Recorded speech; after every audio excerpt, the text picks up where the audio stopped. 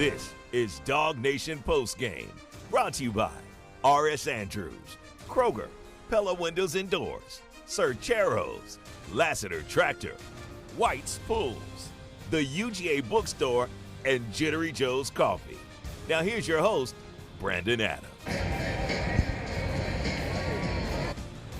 What do you say about a game like that we just saw? Georgia has won the SEC, and not just any SEC, the toughest SEC there ever was. As Kirby Smart just said on this podium behind me a couple of minutes ago, kind of chiding SEC Commissioner Greg Sankey. He said, you sent us on the road essentially the entire year, and yet from the schedule that Georgia played, unlike anything else anybody's played in college football, these Dogs have emerged as the SEC champs. Let me see all those horns down all over the place here tonight. We're about to celebrate a big old win for these Dogs. And I loved it a moment ago when Bo Hughley, the Georgia offensive lineman, almost reminiscent what you sometimes see after a win against Georgia Tech and the we run this state on the dry erase boards, and they hold that up. Bo Hughley holding up a sign, and it made its way around this halo board here at Mercedes-Benz Stadium. It said, this is our SEC. And we said this all week long, that the actual storyline of this game was sometimes the kind of thing that you almost didn't know that everybody necessarily wanted to talk about. The fact that those folks over here were going to try to invade, and in their first year in the SEC, they were going to try to win this league, and they were going to brag about that, and they were going to rub it in our face and stuff like that. But just the same way that Georgia went into their place in October and got the win, tonight they would not quit. Have you heard us say that before? Have we said that before here in our DawgNation postgame show? That Georgia, with every opportunity to tap out, it's too hard, it's too tough, it's too whatever. This Georgia team just somehow, some way rises to the occasion every single time. Obviously, it wasn't pretty. But at the same time, is there anything more beautiful than perseverance? And that's exactly what we saw from these Georgia Bulldogs. Y'all, we are about to take over Bourbon Street. I cannot imagine what New Orleans is going to be like for the Sugar Bowl. But for now, it's all about this win on this turf in our town. And there's no better way to do that than bring on an SEC champion himself to help us figure all that out. So let me give the official particulars. We're obviously live on the field here at Mercedes-Benz Stadium. The Dogs are the SEC champs. There is a party going on in this stadium, the likes of which we've been waiting all year to see, and finally it has happened. I'm happy to be here. We'll take your calls. Click the link, Facebook, DawgNation.com, YouTube. We want you a part of the show. Want your thoughts on everything that happened here tonight. But I love talking to a tough football player about the kinds of things that tough football players do, and that's exactly what these Georgia Bulldogs here did tonight. Let's bring on Davin Bellamy, the great former Dog, who's been our guest on the DawgNation postgame show all year long. Davin, I will tell you it's loud here. I'm going to do my best to hear everything that you're saying, but tell me your thoughts here. This was, at times, rough for Georgia. We obviously saw Carson Beck leave with injury. I promise we'll get there.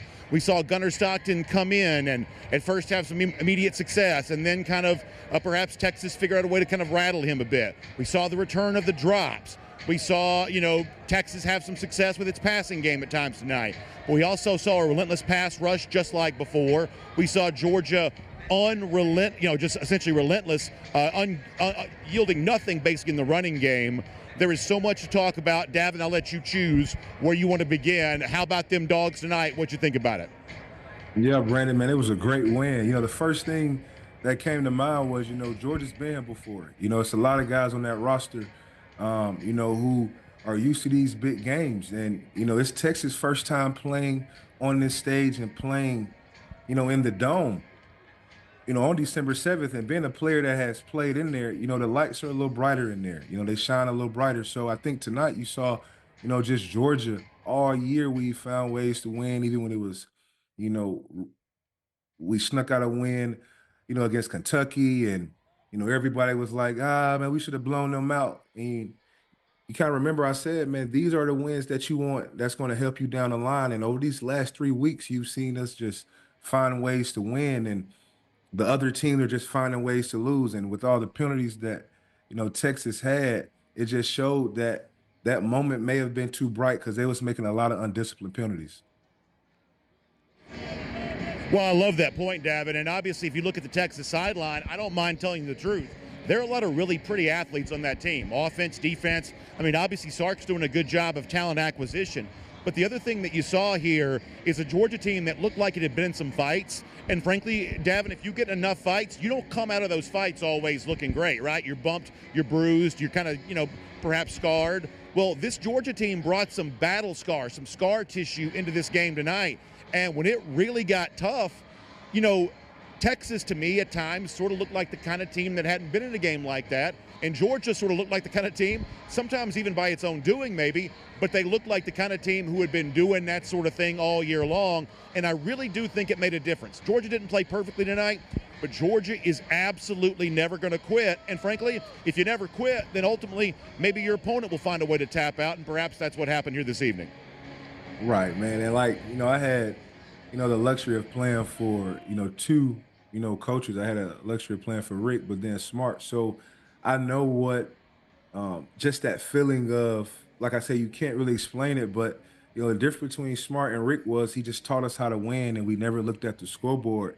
And I know I say that a lot, but that has been ingrained in those guys' head. You heard, Trevor at the end of the game saying even when it was 3-6, those guys never budged. Well, they're taught not to look at the scoreboard, and it takes a period of time to develop that trust in the chopping wood and carrying water kind of slogan. And Texas just doesn't have that yet. And you look at the two schedules, the SEC teams that they play versus the SEC teams we played, I think we were just more battle tested, for this stage.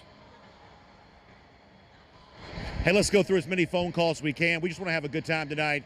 And frankly, we're going to need your help because there's so much that happened tonight that we got to try to find a way to chronicle it all. We're going to shout out Dalen Everett. Of course we will. 2 interceptions. We're going to talk about the gutsy performance from Gunnar Stockton. We're going to talk about Trevor Etienne coming back from injury. We're going to talk about, everything from this game, and we'll try to do our best to get it right. We want you to help us with it too. So let's go to the phones here and start getting phone calls here as we're here to talk about the SEC champions, and it don't get no better than that. Adam in Philly, you're first up here tonight on our DawgNation Postgame show. I'm at Mercedes-Benz Stadium. We're having a good time. Adam, what did you think about it? Thanks, Brendan. Thanks, Davin. All right, I just want to make some points here. How about them Dogs? How about those mean machines in red and black? No, that was a wonderful game. 3 words: persistence, chemistry, and toughness. How about Arian Smith, who was dropping the ball left and right, and then he recovered Etienne's fumble? I want to give him a thumbs up for that persistence and that toughness. Keep working on your catches, man, and you get over this. Second, great game plan. Defense gets the game ball. However, I loved Etienne and I love Gunnar. Those guys did well, but the defense was just swarming and awesome. Third, again, give credit to Coach Smart for that chemistry, and for getting those guys just playing, chopping on like Kevin was saying last week. We got to keep him. Gunnar, avoid stupid throws. That was about the worst throw I've ever seen in my life, but he played a great game. So just be careful with that kind of stupid throw. That was I couldn't believe that happened at the end of the game.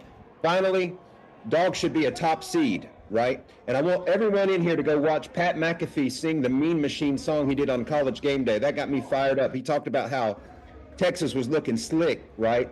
I loved it. That was a good point, Brendan. The Dogs are tough. They got scar tissue, and they kicked ass tonight. Thank you. Take care. Hey, really good. Hey, yeah, great phone call. I appreciate that. And Davin, the one thing that the caller brings up that really sticks out to me is that Georgia somehow, some way. Now, Texas probably threw it better tonight than it did the first time around, I think. But the same pass rush, Georgia would have had 7 sacks the first time they played. I believe the number tonight is 6. I know our producer, Jay Black, will correct me if I don't have that right, but I believe it was 6 sacks again. Georgia's overall rushing yards allowed ends up being, lower than 60 on the night there, too. That the same kind of defensive effort that Georgia was able to find in Texas, 31 total rush yards once you subtract the sack stuff out of that. So 31 total rush yards based on how college guys count that. But the point is that the defense that we saw in Austin really replicated itself here tonight. And listen, I don't mind telling you, I think that Steve Sarkisian's a really good coach. I really, really do. I think this Georgia coaching staff matched wits with him tonight, and the first time very, very well. A really sharp coaching performance. If you're getting after Ewers as much as you did in 2 games, coaching clearly plays a role in that. And I got to give these Georgia coaches credit for getting this defense ready to play when it really had to go tonight. Not perfect. There were some big plays allowed, but how about that pass rush, and how about that brick wall when it comes to a run defense, Davin? when we played them the first time, we mugged at the gaps. We confused him, on 3rd and long. And we saw, that was his, kryptonite. And even when you watch the Texas A&M film, they also did the same thing. So I think that's the just the plan, to take 3, out of the game is do not give him time to go through his reads, and you want to rush him a little bit. But I think the defense did a great job also in creating tackle for losses on first downs. The D-line came to play tonight, in the run game, not just by allowing 1 to 2 yards here, but on first down, getting 3-yard losses and putting Texas behind the sticks. And I think the number one stat for the defense was in the red zone. I mean, they did amazing, and just allowing 3 and not allowing 7, which kept us in the game until our offense got going. So, defense wins, championships, and they show that tonight. You may not believe this, but there's actually an SEC champion right now in Tuscaloosa. That's surprising news for you, perhaps, but his name is Josh. He happens to be a big Georgia fan. He joins us here. He's our next caller in our DawgNation Postgame show. Josh, let me just say how much I appreciate you bringing a little class to Tuscaloosa. That's a fan base that hadn't seen trophies a lot in recent years, so you can strut around town knowing that it's your squad that's the SEC champs. How good does it feel to be in T-Town right now with the Dogs on top in the SEC? Hey, Brandon, look here, man. I got one word for them Dogs, man. Resilience. Resilience. Man, the yard sign is up in Tuscaloosa, Alabama. You can't see it, but it's up, baby. The yard sign is up. Hey, listen, resilience, man. The Dogs came to play. The last time I was on, one thing that I saw was the defense made the difference in the game. And that's the championship defense that can win it all. We are never out as a Georgia Bulldogs team, man. With the Kirby Smart on that sideline, think about it like this. All of the injuries, all of the mishaps, and 2, Georgia Tech, 8 overtimes. And then here we face an overtime. And yet, Georgia Bulldogs are resilient. Nothing fazed us. Nothing was too much for the Bulldogs, man. That's what I'm talking about. How about them Dogs, baby? How about them Dogs? Great phone call. Enjoy that yard sign. Strut around T-Town. Let everybody know that you're an SEC champ. What a great thing that is. Great phone call. And Davin, I think he brings up a really good point, too, that, I mean, imagine this. We just saw, and you and I late last Friday night were talking about all of this, we just saw Georgia win an 8 overtime game and then come back the following Saturday and win another overtime game. Like that in itself, if you don't know any of the other details of what goes on tonight, that in itself is an amazing accomplishment. The fact this team now over the course of an 8-day period has played 9 overtime periods. What an amazing stat line that is. And maybe that speaks, Davin, to the resilience of this team as much as perhaps anything else. No doubt. It's the culture. I mean, these guys, this was a must-win game. Even though we already had our bid cashed in, our guys deserve a bye week with the schedule we've had. We got the second-ranked toughest schedule, and you just look at our last, 3-4 games, man, have just been grind-out games, man. So Georgia definitely had to win this game, even though we was already in the playoffs, just to get a break and get our guys some rest. But I think the best thing to show was the culture of the team. They have every excuse not to be physical. They have every excuse to complain about being sore just because they played an 8 overtime game and then they're playing in the SEC championship game. But in my opinion, this was the most physical that both sides of the balls looked all week. And that just attests to them being able to block out the outside noise and just focus on just taking this thing a day at a time and a game at a time. And they came out and just physically dominated, Texas. No, I think that's a really good point. I'm getting the number from our producer, Jay Black. I believe if I have this right, 15 total tackles for loss tonight after 10 back in October in 2 games this year against Texas. That's a total of 25 tackles for loss, a very impactful Georgia defense. And when you've got the drops and when you've got the injury to Carson Beck, when you've got some things happening on offense that, frankly, I think would have perhaps shaken any Georgia fan's true belief this team could win this game, the fact that the defense still kept coming and still kept fighting. And by the way, once again, Texas is going to get its explosives. They had some of those tonight. Didn't get the explosive touchdowns, thankfully, but they were making some of the explosive pass plays. But Georgia was truly negating that with the sort of negative plays that give you a chance to end drives, get off the field. You got a little bit of help from the Texas kicker tonight. All of that equals what was just one of the most awe-inspiring performances from Georgia of all time. And I think this one feels different. We're going to go back to the phones after this. Let me just say, from I guess my perspective, it feels different. I think in 2021 and 2022, I think a lot of us were Georgia fans, especially if you're about my age and you lived through a lot of years when you weren't the best team. I think a lot of us in those years really enjoyed being the best.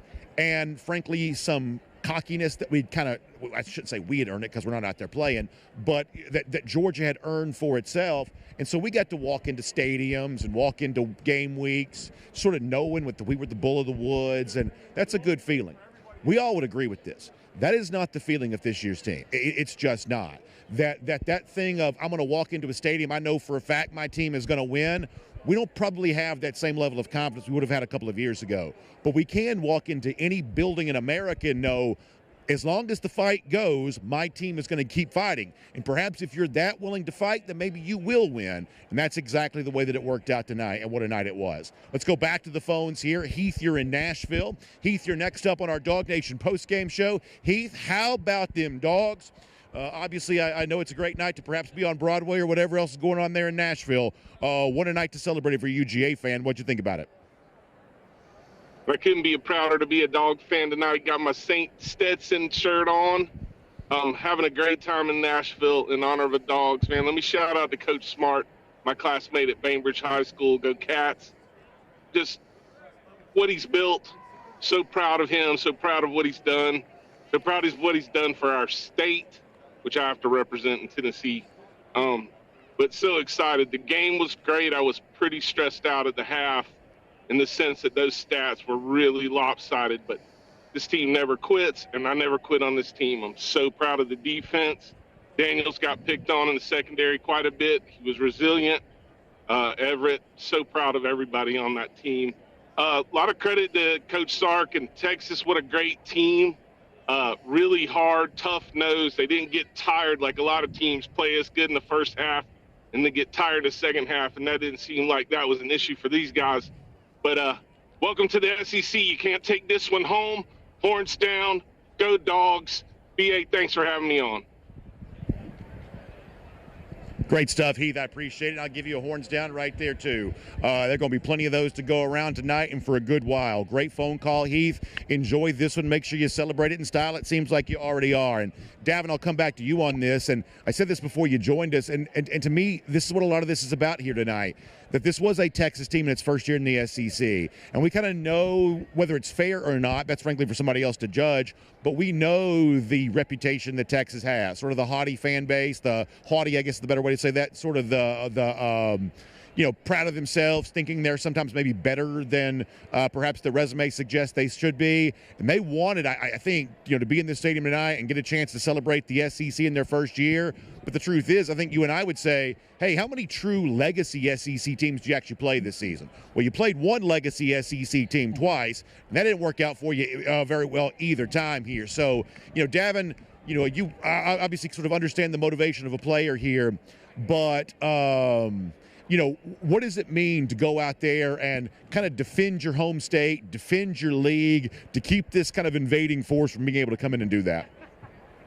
Well, I mean, first of all, man, you're playing in the Dome in the SEC championship game, and I guarantee you all those guys decided to go to that school for this exact moment. So, I mean, just to actually come out victorious during that game is something you will never forget. I actually got chills, man, just watching the confetti fall down and them, rolling the stage out, because, this is basically, in our conference, the SEC championship game is almost a national championship game. So, I mean, especially being a hometown guy and playing for Georgia and bringing that, trophy back to Atlanta, where it belongs, man, it just stays with you forever.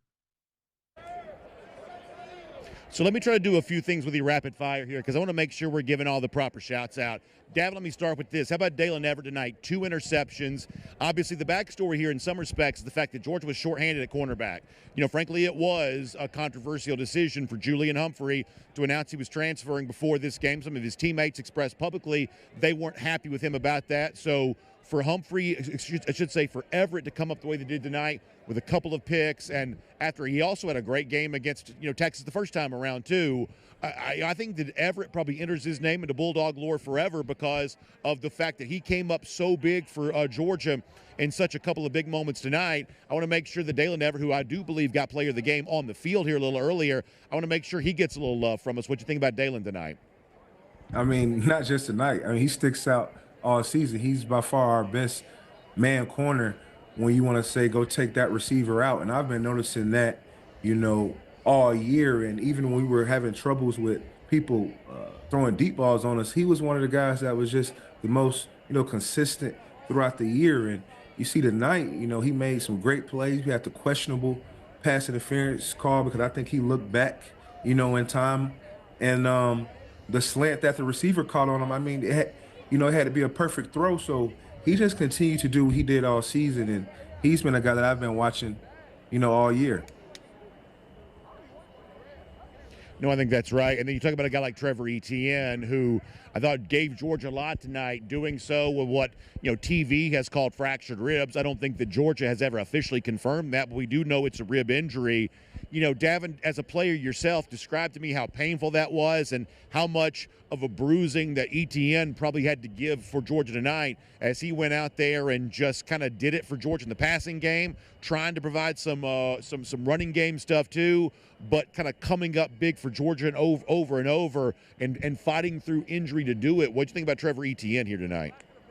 Right, man. I've never had a rib injury, but, I've played with some guys that have, and it's even hard to breathe. So I'm pretty sure he's feeling a lot better, enough to have the impact that he had tonight. But, he's our home run hitter. I love Nate Frazier in the backfield because he wears the defense down. But I think one thing that our offense is missing in the backfield is someone that can take the top off the defense for those explosive runs. And he does that for us, and he did that for us last time we played Texas. So, I feel like we've kind of been load management him, and we use him in the big games. So we're going to need him for the playoff run. So I hope he got all the rest he needs. So we also haven't yet talked about kind of the biggest moment of this game, which was Carson Beck getting injured on the final play of I should say biggest storyline from the game, let's say it that way. Injured on the final play of the first half. You go into halftime suspecting that he might not play, and then having that confirmed right there on the opening drive where Gunnar Stockton does come in. To Stockton's credit, listen, touchdowns were hard to come by tonight. And on that beginning play, beginning drive of the third quarter, Georgia marches down, scores, change all of the momentum in the stadium. Obviously, Stockton had some miscues after that. It seems like Texas may have kind of flummoxed him a little bit. But what did you think of Gunnar Stockton kind of coming in for his first extended playing time in an SEC championship and allowing Georgia, kind of helping lead them to the victory here tonight? What did you think about what you saw from Stockton altogether here tonight? I love what I saw. He made plays when he needed to. He was 12 for 16, for 71 yards, and he had the pick, that was questionable. But, besides that, he did his job. I think when Coach Smart figured that we weren't going to have Beck for the second half, this is when you lean on the Georgia brand. And that's great defense, that's being physical, and that's running the football, and you take what the defense, give you. And I think Stockton did that very well tonight. Another thing is, when you switch quarterbacks on a defense mid-game and one's a pocket passer and one's, more of a dual threat, it's hard to switch that mid-game. And so you bring in Stockton, who used his legs in the second half, to get us some timely first downs and, use the legs in overtime to get us down to 1 yard line. So he made the plays that needed to be made and didn't really put the, ball in harm's way. So I was really impressed with what I saw. And so let's talk about this for a minute, too. First of all, on what turned out to be the game-winning overtime drive for Georgia, Oscar Delp also makes 2 huge catches on that drive. That's big for him. Trevor Etienne does get the game-winning score. We actually haven't mentioned that on the show yet. Let's make sure we acknowledge the fact that he was the guy that walked it off for Georgia. But that was set up by the big run from Stockton that looked for a minute like he might score. Big hit on him. Helmet flies off. Initially called targeting on the field. That was overturned. Frankly, in terms of whether or not that should have been a targeting, I think there is some, I guess, argument that maybe the Texas defender led with his shoulder. I also think that's what happened for Janelle Aguero when we played there in Austin, too. But that's a different topic for a different day, I reckon. Yet, while Stockton is taking a big hit there, doesn't lose the football, got the big gain, set up Georgia there on that 1st and goal. How impressed were you by Stockton in that overtime period, particularly the way he was able to absorb that huge hit and set up Georgia for what ended up being the game-winning score? Right, man. He's a tough, football guy. And I could just tell that by how the guys, rally around him. He kind of reminds me just by watching TV and the guys, how they are around him, how we gravitated towards Jake Fromm, of just, he may not have the strongest arm, he may not have the prototypical size, but he just has the it factor that makes you want to get behind him, where he's just a football player. And I think he showed right there, a lot of quarterbacks would have tried to get down, thinking about the next play, but all he was doing is living in the moment and understanding that I have to get in the end zone for my team. So that play right there, putting his body on the line, that showed why, the team reacts to him the way they do.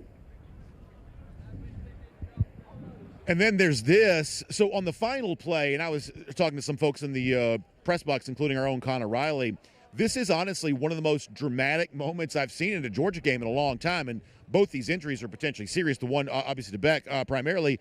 But so Stockton, by rule, has to go off the field because he lost his helmet.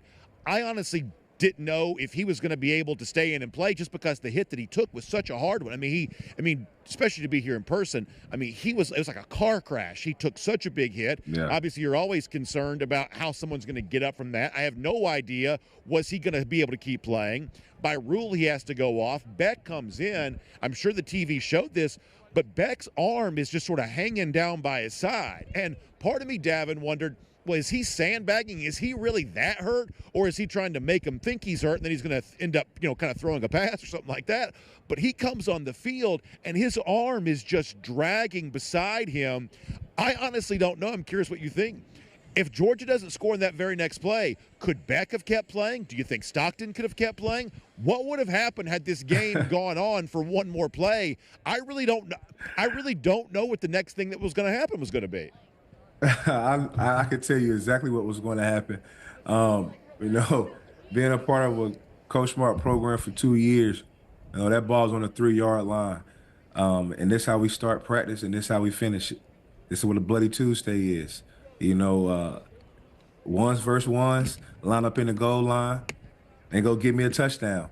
So without a quarterback, Coach Smart is going to lay his hat on Bloody Tuesday, and that's lining up in goal line, and that's how we start practice. So if we didn't get in right there, I kind of guarantee you we would have ran that thing at least 2 more times to go and get it in there. I can guarantee you that.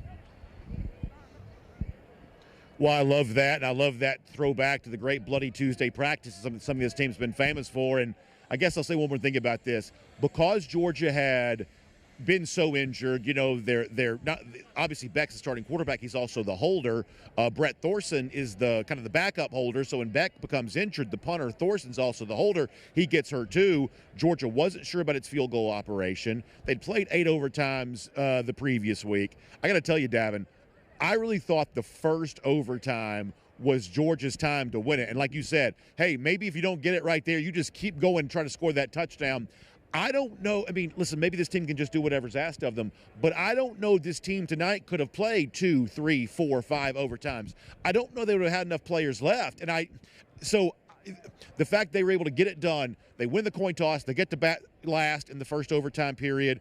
Texas settles for a field goal. I really felt like that first overtime was Georgia's chance to win, and it sounds like you sort of agree.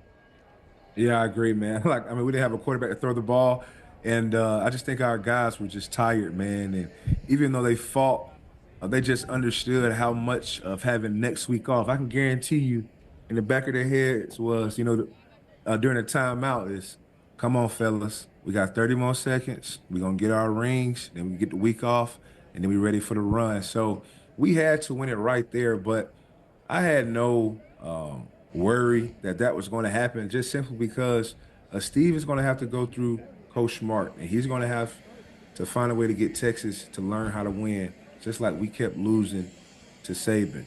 So, that's this relationship now. He's going to learn from this, and he's going to bring a better team next time, a better philosophy, during camp. And this is the learning curves, but he's going to have to get over this Kirby Smart tree. But Georgia just knows how to win right now. And by the way, on the screen, you saw a photo there of Trevor Etienne going across the goal line. And that's about it right there. Georgia won this game by about 2 feet. But you know what?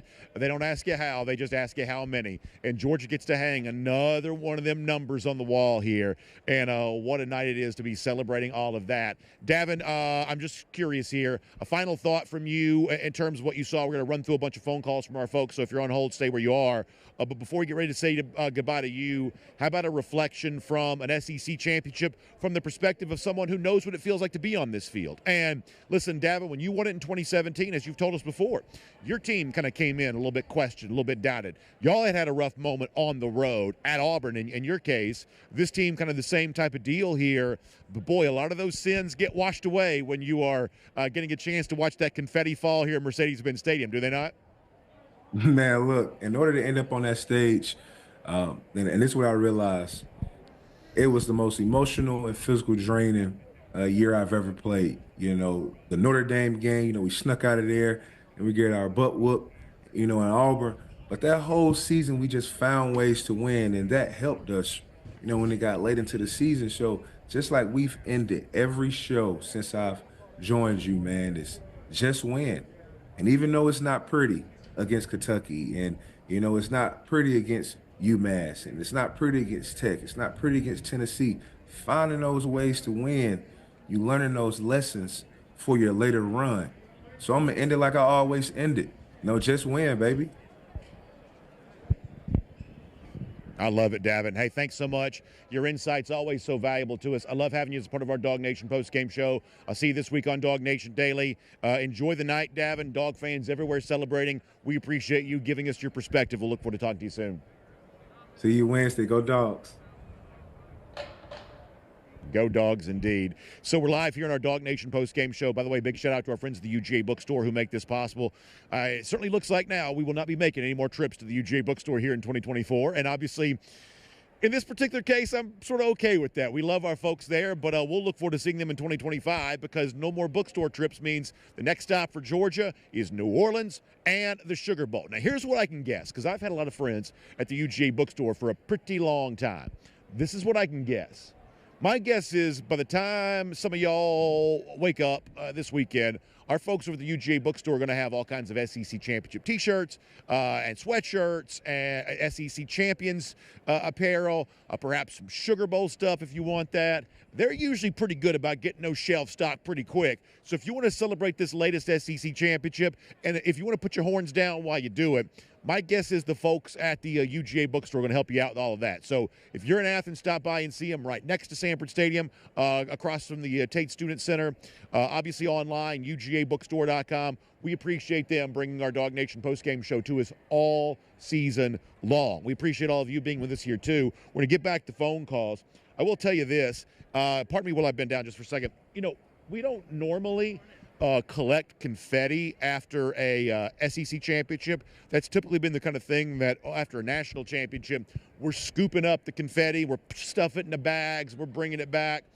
I don't normally bring back confetti from an SEC championship, but as I look around and I see the traditional yellow and blue, the kind of classic SEC colors, as I see that confetti on the ground here behind me, I believe I may be stuffing some of that confetti in my pocket tonight because, frankly, not all SEC championships created the same. They're all worth celebrating, but some of them every now and then a little bit more special than others. Tonight sort of feels like one of those nights.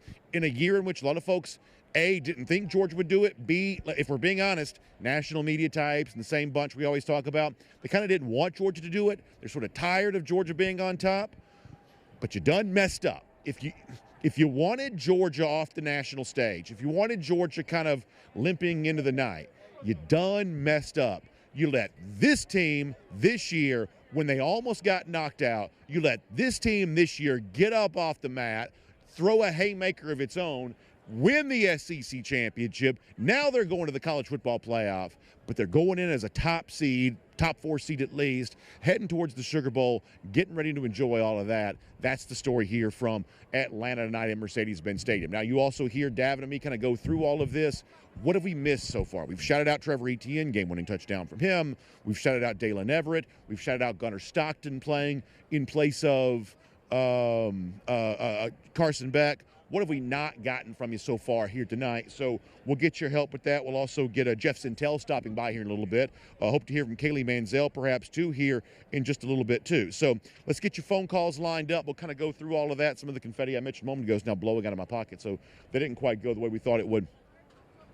But we just want to kind of bask in all of this and enjoy this here tonight. So get on the phones. We'll do that. We'll hear the perspective from what happens down on the field. We'll get all that here coming up in just a little bit. Do we have phone calls ready to go here right now? We may be waiting to get those kind of squared away here for a second. But we'll look forward to doing all of that. Still waiting on some of those right now. So why don't we do this? Let's take 60 seconds for a quick break. Let's fire up, thank a couple of sponsors for what they've been able to do for us. We're going to do this for 60 quick seconds. Then on the other side of that, it's your phone calls. It's everything here tonight. It's Jeff Sentell. A lot of fun, a lot of celebration as the Dawgs are on top as the SEC champs. Give me 60 seconds to thank a couple of sponsors. We are right back with your phone calls right after that. When you've got to haul, when you've got to mow, when you've got to feed, whatever you've got to do, whatever you've got to do, you've got to get a John Deere. Whether you're working at home or on the farm, the team at Lassiter Tractor Company can help you find the right product for you. Find your local dealer at LassiterEQ.com. Big games deserve big meals, so let Sercheros make it happen. It's friendly Tex-Mex, served fresh every day. Sercheros Catering can handle the crowd, so it's perfect for your tailgate or watch party. Order online, pickup, or delivery. Sercheros is Georgia grown with over 30 locations throughout the state, bringing you fresh Mex, bowls, burritos, tacos, and more, with over 25 fresh toppings, customizable, just the way you like it. So find a location near you at Sercheros.com. That's Sercheros.com. DawgNation Postgame is sponsored by Sercheros, Lassiter Tractor, White's Pools, and Jitter Joe's Coffee. Welcome back to the field here at Mercedes-Benz Stadium. The Georgia Bulldogs, the SEC champs. We're talking about that right now as part of our DawgNation Postgame show. I'll also take a quick moment to shout out Gunnar Stockton as our ServPro player of the game, stepping in and leading Georgia to the win after the injury to Carson Beck. Congratulations to Gunnar on that. Brought to you tonight by ServPro. You can find them online, servpro.com, SCRV, servpro.com. Big-time cleanup from fire damage, water intrusion, anything like that. ServPro's got you covered. Find them online, servpro.com, for more on that today. Back to the phones we go. Caleb's in North Carolina. Caleb, what a night for Georgia. How about them Dogs? What did you think about UGA walking away with an SEC championship trophy here tonight?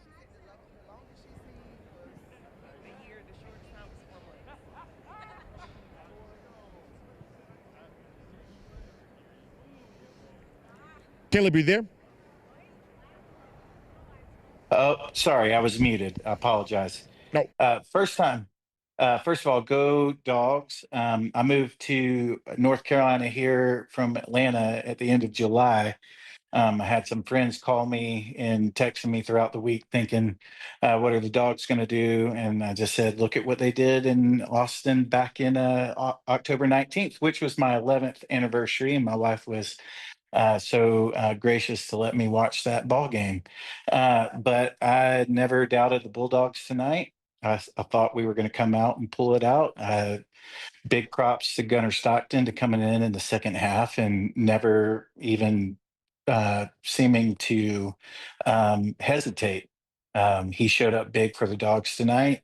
And I hope that Carson Beck, his elbow heals up pretty quick. But no doubt it looks like we've got enough talent to continue to head towards where our goals at the beginning of the season. So go Dogs. I think it's a wonderful phone call, Caleb. I totally agree. I thought Gunnar earned a lot of respect tonight for the way that he came in and played. And obviously some of the throws he made, he'd like to have back. But it's also the biggest stages he's ever played on. Kind of called into duty real quick. The fact that he figured out how to get it done to Georgia for Georgia tonight, I think is a testament, to him here. And obviously we'll be listening very close. Now, my guess is there's not much that's known about Beck tonight, although we'll tell you what Kirby Smart says about that here coming up in just a little bit. My assumption is there won't be a ton known about this. I will tell you this, though, really quick. This is important. I haven't mentioned this. We are also going to be live tomorrow, starting, let's say, around 11:45 through the noon hour. So when the college football playoff field is officially announced, we'll be live there reacting to who Georgia's opponent, it kind of shapes up to be based on how the bracket looks and all that kind of stuff. So we're going to do all of that live tomorrow. And maybe on that show, we'll also have some ability to give you some update on Carson Beck. So we're here tonight, but we're also live tomorrow with the playoff reaction, obviously trying to sort of put all the loose ends together from what goes down here. So I'm glad that you mentioned what you mentioned. I think that's all exactly right. Stockton comes in, really pinch hits well tonight for Carson Beck, because if you walk away an SEC championship, somehow, some way, you did your job. Let's go to Charlie in Adairsville. Charlie, you're next up here on the DawgNation Postgame Show. By the way, Kirby Smart was just behind me right over here. The Sports Center set's right here. Smart was just right there. So kind of fun to see him getting a warm reception for the fans who are still in the building here right now. But Charlie in Adairsville, you're next up here on the DawgNation Postgame Show. Charlie, how about them Dogs? SEC champs. Doesn't that sound good? Hell yeah, that sounds good, BA. Love you, brother. I always see you at the home at the bookstore after the home games, and believe that we came through. I never actually worry about the Dogs winning since Kirby has been Kane Kirby. No, I think that's a great call, Charlie. I appreciate that. If there was ever a man that's earned the trust, it's certainly Kirby Smart. And I touched on this a little earlier. This team just feels so different than the others, that the confidence now, if you have that in Georgia, and to be honest with you, I really wasn't sure. It sounds like on the basis of some of our phone calls, there were some Georgia fans perhaps a little bit more confident coming into this game this afternoon than maybe I was. But nonetheless, that confidence, though, well-earned, because even when Georgia perhaps doesn't quite have the firepower that you're, sometimes used to seeing them have, they do have that intangible quality. That for UGA is just as valuable as it ever was. And that's the kind of thing that perhaps gives you that real confidence in Georgia. And it's great to hear UGA fans such as Charlie expressing that here right now. He calls him King Kirby, and no doubt SEC royalty here. And if you missed it, we played this on the Friday edition of DawgNation Daily, but if you missed it, I would invite you either go check out our show or go check out the press conference, which is at DawgNation.com. What Kirby said on Thursday about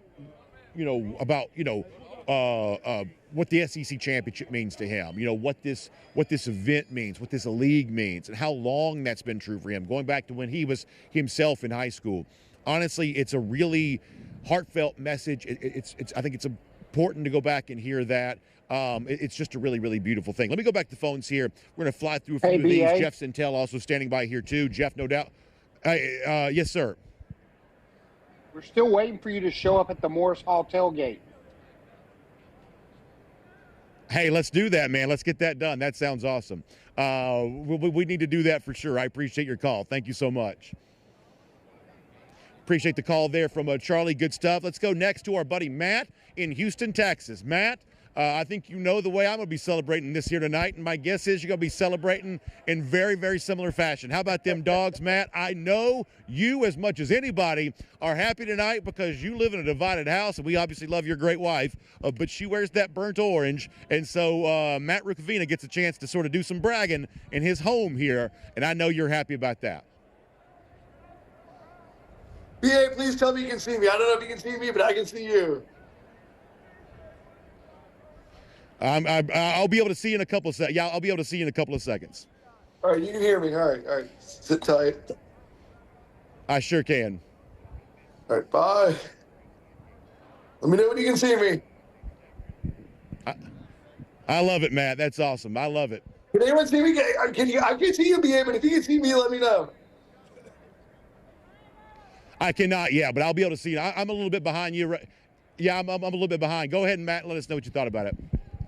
All right, well, here's the deal: is we literally had a house divided. Gabby could not share the house with me today. She had to go to a restaurant with some of her friends who went to UT, and that's fine because my son was here with me, and we cheered on the Dogs all freaking day long. And again, I don't know if you can see me, BA, but I remember last time we had won the SEC championship.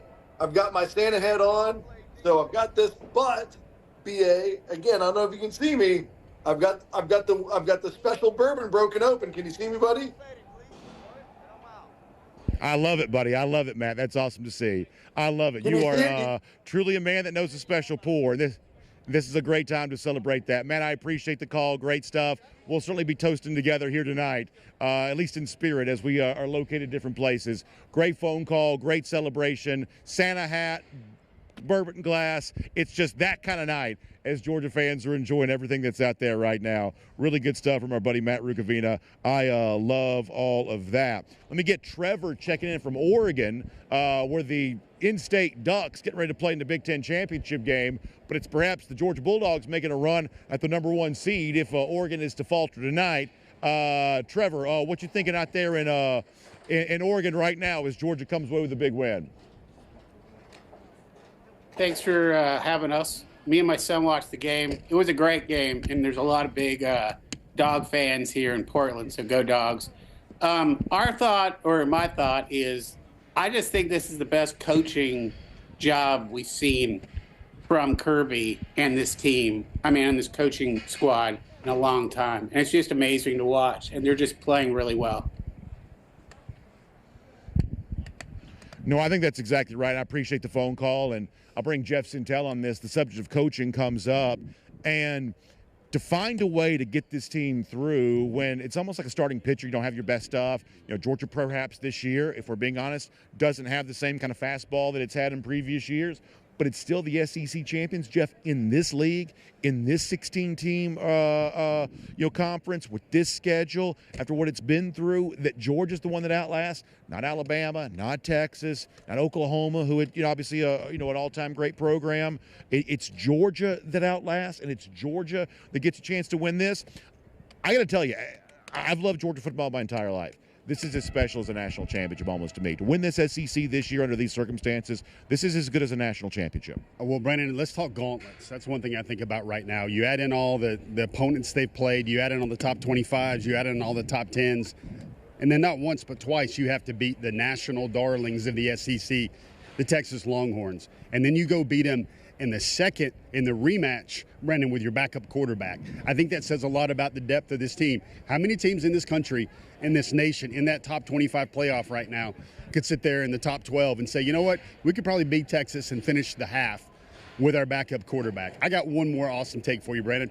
Let's talk political parties right here. Are you it's a hard to beat a good team twice guy? Or are you it's hard to beat the Georgia Bulldogs once guy? Yeah, I think that's more like what it is. I love that, Jeff. That's well said. It is hard to beat the Georgia Bulldogs, and tonight the Texas Longhorns certainly found that out. We'll get more phone calls here coming up in a moment. Jeff, did you have a chance to hear from any Georgia players or Kirby Smart a moment ago? We're going to hear from Kirby Smart ourselves here in a bit. How about some of the stuff maybe from some of the Georgia players? Not an open locker room anymore the way that used to be at the SEC championship, but what was the prevailing narrative that you heard? Well, there was a lot of joy, Brandon. Kirby shouted out Trevor Etienne a lot. He said he came to the team and he says, I haven't played in this game before. I haven't won one of these before. This is what I came to Georgia for. Coach, I'm going to play in this game. This is what I wanted to do. Trevor Etienne was a spark. Jalen Walker said he was a spark. I like a quote I got from Arian Smith. I was asking about his fumble recovery. And he said to me, and he knows what's out there, Brendan, he hears it. He says to me, a fumble recovery is probably a lot better than a drop. And I certainly believe him because that was a key play in this game. You saw other comments. Jalen Walker just so happy. He talked about how in the world it was to see Gunnar Stockton, who works and works and works and waits. I asked Arian Smith about what kind of spark Gunnar Stockton gave the team, because it looked like they got a lot of juice off of it. And he said, man, we all love that guy. We all wanted to play for Gunnar. We all knew we had to do something with the backup quarterback in to make his life easier. And, Brendan, I tell you, it makes Georgia a lot different to defend when you're talking about Texas, who's never seen this, never seen a running quarterback. And I feel like Gunnar in there, Brandon, opened up the running. They were -2 in rushing yards in the first half, Brandon. And with Gunnar in there in that run threat, you saw the holes open up for ETN. You saw the holes open up for Nate Frazier. Let me go back to phones here. Joseph and Griffin. Joseph, you're next up tonight on our DawgNation Postgame show. Joseph, how about them Dogs, the SEC champs once again? What do you think, Joseph? How about them Dogs, BA and Jeff? Nice seeing y'all on TV tonight. Hey, man, them Dogs show who we are. The Texas don't come in and try to take the crown from us. We run the SEC, like they said, just mean more for us as the Dogs. So I'm so happy for him. Kirby made a gutsy call on that punt. That was guts. So we got one of the best coaches in the SEC, and we get a chance to rest, and then we get ready for the Sugar Bowl. Like they say, you can't spell sugar without UGA. So go Dogs, horns down, baby. Joseph, horns down, and you are a wise man. You cannot spell sugar without UGA. And Jeff, do you know what is about to happen in Bourbon Street? Do you know what is about to happen? These Georgia people who have been sort of forced to be a little humble this year, a little bit, hey, gotta walk a little lightly because it's not been a perfect year. Well, guess what? We're about to take over New Orleans. And frankly, these Texas people wouldn't have known how to do that anyway. They're better off going back home and doing whatever because they wouldn't have done New Orleans right anyway. But Georgia is about to do it very, very right. Do you understand that? Old school Georgia going to New Orleans, playing around New Year's Eve. Yeah. Folks, please, we got jobs to do. We got work to do. We got to bring some content. Save some seats on those flights for us to get out to New Orleans. Don't book them all up tonight. And I will say this, too. Look, we've been, thankfully, to the Sugar Bowl a few times, but ultimately, I've actually even been to a Sugar Bowl in Atlanta, believe it or not, going back to 2005. Yeah.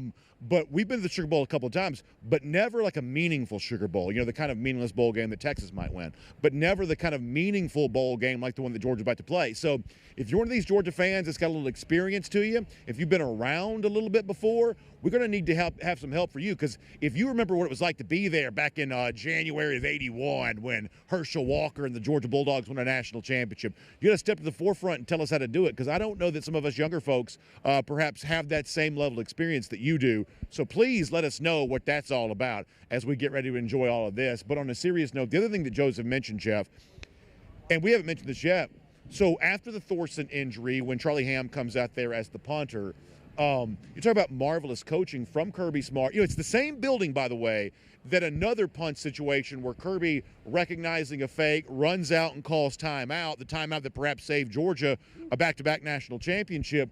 In this particular situation, it's another coaching decision in special teams to fake the punt right there. Clearly a little concerned about the new punter, just the operation of all of that. Field position so important. How big was that fake punt? I mean, it was kind of funny because that was, again, another Arian Smith play. I think Drew Bobo gets credit for a pass because he had a pop pass. And, again, that was like, Brendan, it was just really cool seeing Arian get a little bit of redemption, maybe not with the hands, but recovering the fumble, also making that play happen where he got him a key first down. Kirby said afterward, he's like, man, we needed a spark. You had your backup quarterback in there. We had to find something to get us going.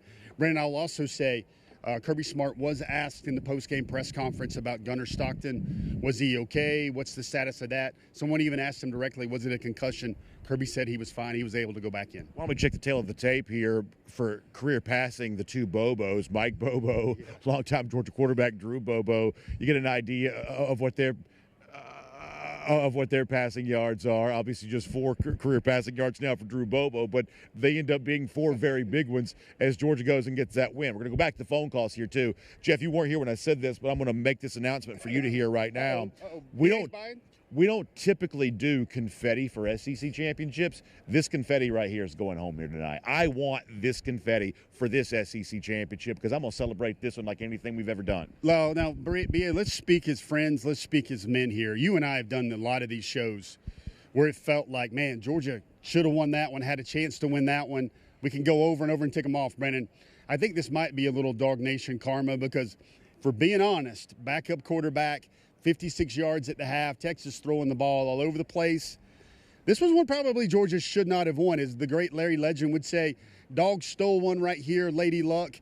One more thing, Brandon. If Dalen Everett could play against Texas every week, he would be a freaking All-American. All right, let's get back to the phones here. Good phone calls all throughout the night. Derek, you're in Tennessee. Derek, you're next up tonight on our DawgNation Postgame show. Derek, how about them Dogs? What did you think about this one? BA, wow. All I can say is the total plays in the first half, I was very, very concerned. And so on that first drive in the second half with Gunnar Stockton and being able to drive down the field, and there was another drive later on in the game, but us being able to run the ball, and he opened it up, and, man, he's tough, man. Going down the lane there, and, man, he took a pop. But you know what? I mean, he's a dog, and I tell you what, it is great to be a Georgia Bulldog. It is great to be a Georgia Bulldog. You said that so well. Such a great phone call. And Gunnar Stockton was just as tough as you could be. Now, the other thing that you bring up is really important here. This is a great storyline from tonight's game. Jeff, Georgia did not get enough yards in the first half to win a football game. They just didn't. The yardage imbalance was just 260 to 56. You cannot win a football game that way. And obviously, see the stats there on the screen. You cannot win a football game that way.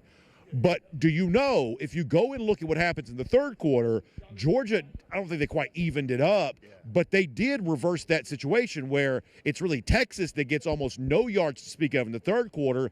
Georgia puts up a pretty big total there in the third quarter. So if you're looking for the moments that mattered, and if you want to kind of know why it was that Gunnar Stockton really did have an effective replacement for Carson Beck tonight, it's what happens there in the third quarter. Long drive resulting in a touchdown. You know, kind of if you're gaining yards, that means the opposing offense is not on the field. Georgia really did kind of get back into the yardage game a little bit in that third quarter. And ultimately, it's the final score that matters. But yards are obviously how those scoring drives are built on. And I thought that changed in the third quarter. Well, all of a sudden, it was Georgia that having the longer drives. Not all of them fruitful, but nonetheless, the longer drives. And kind of getting the balance back a little bit in terms of the overall yardage battle. That's kind of a hidden storyline from this game that was obviously a big part also of why Georgia was able to win. Yeah, I think the running game got going with both Frazier and ETN, two-headed punch. But, Brandon, I'm sure you've already shouted out. I'm sure you've talked to DB17 already, man. But, I think it was like 16 tackles for losses, 6 sacks, and those key interceptions. That's what shifted that imbalance a little bit. I'm going to tell you this. Texas has now had 8 quarters and an overtime period against the Georgia defense. I don't think they want to see any more of the Georgia Bulldogs. They absolutely can't block them. Previously, it was Jalen Walker. This time it was Chaz Chambliss. It was Mykel Williams. It was a team collective effort. One more thing as I'm rolling through my brain about everything was said. Kirby Smart said MRI for Carson Beck. They're going to have to check it and see what that is. I'm going to tell you, though, let's talk about storybook, Brandon. Yeah. The end of the game, Carson came back to beat the team in the SEC championship, and you were like, well, that's not going to happen for him because he couldn't go back in. And then he comes in and hands the ball off for the game-winning play. That's a soap opera right there, Brandon. That is a soap opera. I said this to Connor Riley, who I was sitting beside in the press box. I promise we're back to the phones right after this, that it's one of the most dramatic moments I've seen because Gunnar took a big shot. To his credit, he got right back up. But honestly, had he not by rule had to leave the game, I don't know what kind of shape he would have been in after taking a hit like that. And then Beck comes out there, and I was joking with Davin about this earlier. Obviously, the Carson injury is no joking matter, but I was joking with Davin because as he comes out there dragging his arm like this, I was like, is he sandbagging? Is he really this hurt? Because what if he has to stay in? Could he have played beyond one play? Jeff, this is not a rhetorical question. This is a legitimate question. What if this game had extended for an additional play? What was going to happen after that? So, there was either Jaden Rashada, that's a thought. There's Ryan Puglisi, that's a thought. Brandon, I think what they would have done in that short yardage was just make ETN your Wildcat quarterback and go with it for that way. I will say this, and some of my contemporaries were sitting there right in front of that scene when it unfolded. We see Carson Beck warm up with his left hand a whole lot We've got video. We probably don't have it racked right now, but last year, such a funny point, Jeff. We got video last year of him in Miami for the Orange Bowl, just throwing left-handed the entire time. And honestly, I am left-handed. He probably throws left-handed better than I do. I know. So that's actually a really funny point. We don't have that video in the system right now, but he was throwing left-handed left and right at the Orange Bowl last year. Brandon, that's so corny. Del Monte wouldn't can it. That's so Hollywood. Disney wouldn't put it on the big screen. But can you imagine the game winner and the quarterback's right hand is hurt and he throws a winning touchdown pass? If he would have, now I'm disappointed it didn't happen. If he would have done that, that would have been the funniest thing of all time. Jeff, that's a really, really good point. All right, let's get back to phone calls. And what a great night to hear from our folks up in Rabun County. Woo, one of the most beautiful parts of the state. We love Lake Burton. We love that whole area up there. And I know that Rabun County tonight is fit to be tied. Let's check in with Jay in Rabun County right now. How proud are y'all right now, your favorite son, Gunnar Stockton, for what he was able to do tonight for these Georgia Bulldogs? Jay, what do you think? Hey, BA, really excited for Gunnar. Had a great game. Felt like that was targeting at the end. I did enjoy seeing Dan Jackson take that big hit. Go Dogs. Go Dogs. Great phone call. He mentioned the big hit by Dan Jackson. Let me tell you something, Jeff. Dan Jackson lays lumber. He is such a fun football player to watch. And it's been really cool as this year has progressed to see Jackson, I think, properly appreciated for what he means to Georgia, but also beyond the intangible part of it, he's just a really good football player. Going to play in the NFL, I believe. I think he will, definitely. And to think about, we do the walk-on stories all the time. And Georgia's sort of weirdly had a lot of those, even though it mostly recruits elite players. The Jackson story, as has been told, is so much different than any of the rest of them because he was not a preferred walk-on. He was a student. He's about to be like a Sigma Nu, and then he's like reaching out to Kirby Smart saying, "Hey, would you mind if I come out there and try it out?" Kirby, I love how honest sometimes Kirby is. We didn't recruit this guy. Yeah. He's just out here playing and doing all this stuff, but we didn't recruit him. Like the Jackson story is an awesome one. We were talking to Dan after in the post-game Georgia locker room, and Brandon, he was, this is how special it is to him. When Georgia won it all in Indy, or when they watched, he was in the stands for some of those games. The SEC champ, he was in the stands for some of those. That's right. Because he wasn't on the field, and you see Dan. I mean, I tell you, I was telling a story to Kaylee Manziel while we were at the Chick-fil-A Dog Bowl with hosted by Mark Rick, that gracious event every year. I saw David Pollock, a Georgia legend, a true Georgia legend. When he sees Dan Jackson in the room, Pollock makes a beeline to him like he's trying to sack the South Carolina quarterback in the end zone again. And he says, heat-seeking missile. When you get that sort of respect from a Georgia legend, Dirty Dan's arrived at that point. All right, we're about to break down the film here for a second. I want y'all to watch Carson Beck. This is from last year in Miami prior to the Orange Bowl, just one of the practices they were having. It was actually the last practice of the year last year. I want you to watch Beck here throw with his left hand. Do you think, and we're a little bit behind here, so we're not going to be able to see what y'all are saying, but do you think that Beck, y'all are going to judge this, if he had to, could he have thrown the game-winning touchdown pass with his left hand if he was called upon? I think that may have been the next play in the playbook for Georgia, is for Beck to sort of whip it out lefty and score. Man, that would have been Vegas. I know you're a sports entertainment enthusiast. What sort of odds would Vegas put on that one? I don't know. I sort of agree with you earlier, though, that you couldn't make that a sports move. There's no way. The idea that the quarterback whose right arm doesn't work throws the touchdown left-handed, that get rejected in the script room. But perhaps that would have been the next thing for Georgia there. Let's go to Jim in Lawrenceville. Jim, you're next up tonight on our DawgNation postgame show. Jim, we're having a great time because the Dogs are the SEC champs. What did it feel like to watch this one unfold here this evening? Yes, sir. Absolutely. Thank you, BA. It's a pleasure to be on the show with you. I think I'm going to stretch the boundaries of this Dog Nation, if you would allow me. Every home game or every game that's on TV, which is all of them that I watch, I text with my mom who lives in northern Maine. She's from Atlanta. She's from Georgia. She's a Georgia gal, just like I'm a Georgia boy. And we text every home game, every play, the ups and the downs. So you have a northern Maine fan of Dog Nation. So let's expand those boundaries. If you would allow me, I would like to share one text that my mom and I were talking about. At the end of the game, Here it is. 2-0 against that Big 12 team from somewhere out west. Go Dogs. That's all I got to say.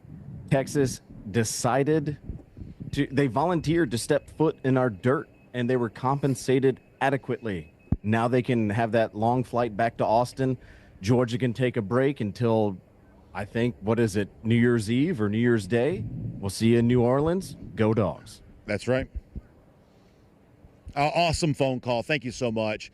And I love the fact that you and your mom connect over this. And as you said, extending the boundaries of DawgNation. So tonight on our show, we've had someone call from Oregon, and we've had you by proxy mention your mom there in northern Maine. So if you do the mileage distance from Maine to Oregon, that's the full continental landmass right there. You know, DawgNation pride nationwide from that standpoint. That is incredible.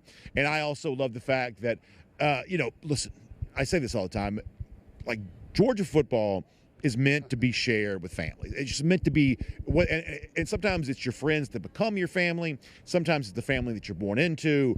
But that's what it's all about. You know, right before the show started, like, I'm actually looking straight ahead to me is just the front row here of the stands, and my son and my wife and my brother and his wife and their son. They were all right there. We're waving, giving thumbs up, and saying hello. My son, Charlie, got to come today. He didn't know he was going to get to do that. Our friends from Dr. Pepper, by the way, came through with some great tickets, so I'll give a shout-out to Dr. Pepper and say thank you to them on that. But like, giving a chance to sort of have those moments and celebrate, and that's just what it's about. You know, reaching out to your mom and having those text messages back and forth. It sounds like she's a great Georgia fan. What a great message that is. This is what it is about. When you connect with people and you celebrate these moments, this is why it's more than a game. And I don't want to be too, whatever about this, but, the reason why it's more than a game is because when your team wins, you have memories and moments with the people that you love that you wouldn't get had your team not won that game. And that's special. It matters. It means something. Be whatever about that, Brandon. You're totally allowed to be whatever about this. I just the love Dogs are the SEC champions. I love to hear people having a good time tonight, Jeff. I love that. Speaking of a good time, you were talking about New Year's in New Orleans. It's going to run the clock back to 1980, right? It is. That's what I got to say. Hey, pretty cool. Brett Thorson, saw him on the sidelines, folks. I think Brett Thorson's season is done. He had a very compressed knee brace, leg brace on. He had his kind of collapse as he was trying to make that tackle. That did not look good. And listen, at some point in time, we're going to be live tomorrow, so I guess we'll have to do a bunch of this stuff then. I don't really want to do this, but you have to. At some point in time, we got to go through the infirmary here because there are a lot of Georgia Bulldogs pretty banged up right now. You know what Brett Thorson tweets out tonight while we're on the air? He tweets out Gunnar Stockton for Heisman. I love that, man. Isn't that great? I love that. Isn't that It's great? so great. So great. Because here's what we're going to do. We're going to get some more calls here, and we're going to have some more fun if you're willing to do it with us. Let's also get a chance to hear a little bit about what Kirby Smart said from the podium in the postgame press conference.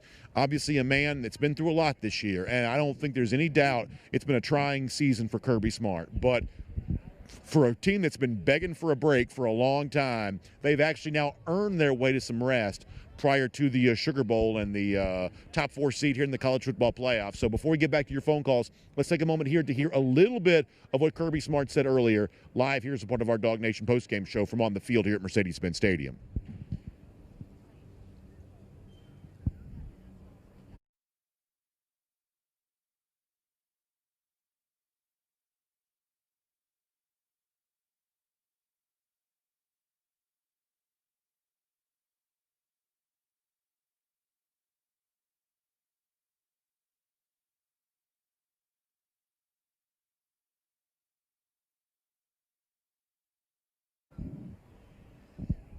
All right, so a little bit of an audio issue there, but you can check out the rest on the DawgNation YouTube page. Let's just stay where we are right here.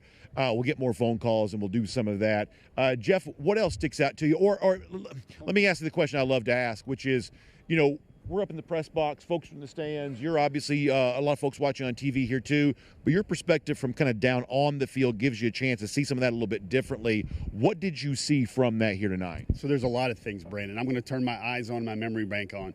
First of all, I look back in the end zone and you see Oscar Delp's father. When he made those big catches on that drive that won the game, he's sitting there reveling in it. He was running towards his family. 2 huge catches on the overtime possession for Georgia. 2 huge catches. He's running towards his family. Then when you're in the overtime period, I'm on another sideline and I see Mary Beth Smart just looking up at the Jumbotron, trying to figure out what's going on.